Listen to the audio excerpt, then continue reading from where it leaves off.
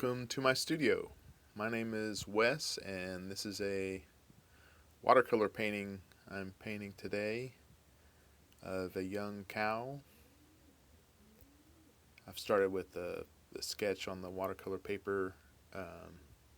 This is a cold press watercolor paper, which has a rougher texture than a hot press, watercolor paper. And I'm just kind of going through filling in the large shapes here.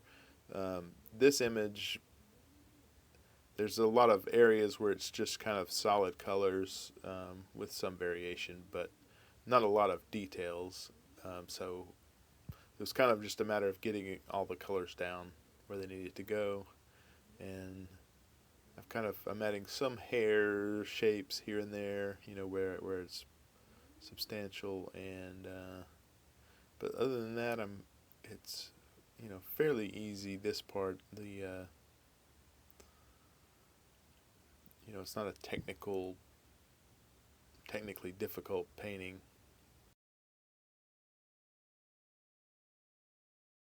The colors I'm using I've just basically got the three primary colors: yellow, red, and blue.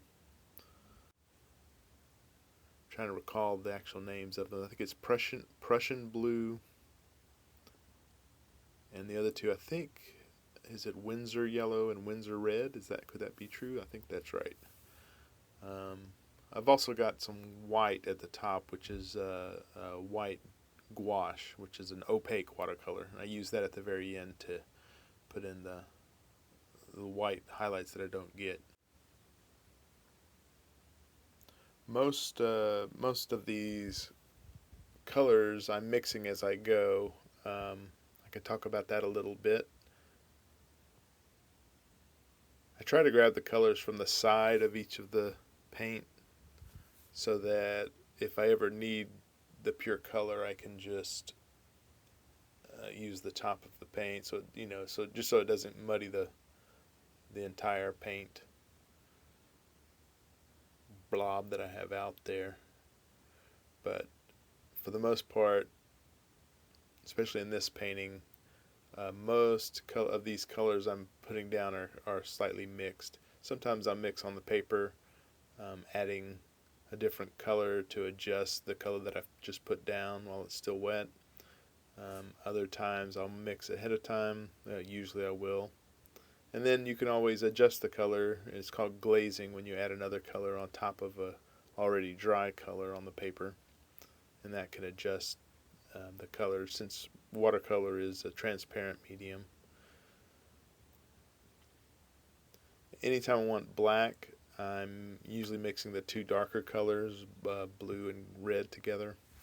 So it's technically more of a purple. But when you get it on the paper strong enough, it appears as black.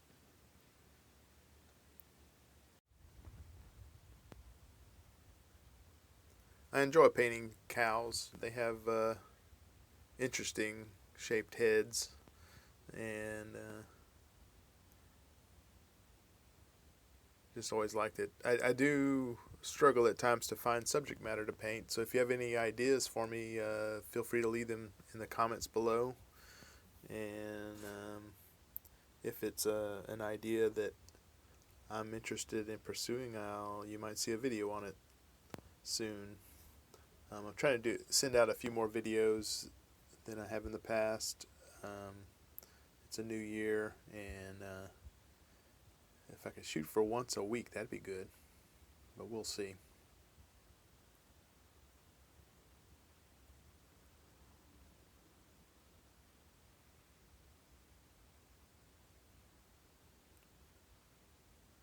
If you're interested in commissioning a painting, by the way, that's an option as well. I've got a price list on my website. My website is wessforeman.com.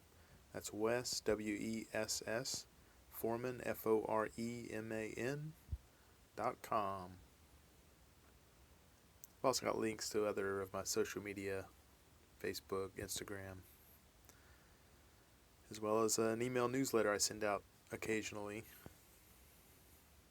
So check that out when you get the chance. And I've got a bunch of my paintings, finished paintings, on my website. As far as the painting goes, it kind of went as I thought it would go, and it wasn't until the end here that I'm finally liking it completely. It had to reach a critical mass before it kind of all comes together, I think, and it's kind of gotten there at this point. Now it's just kind of details and perfecting what's there, basically. I need to do more watercolor. I kind of dabble in it. My main focus is acrylic painting. Much more comfortable with it, but watercolor is relaxing and it's a good change of pace for me. So I do enjoy it.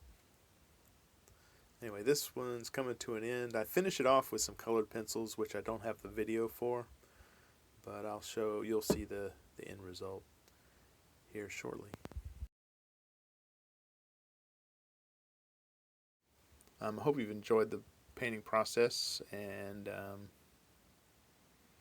again, leave a like and a comment if you have anything to ask about, and subscribe if you're not subscribed to keep up with me here on YouTube, and find me on my other platforms. And until next time, thanks for watching. Bye.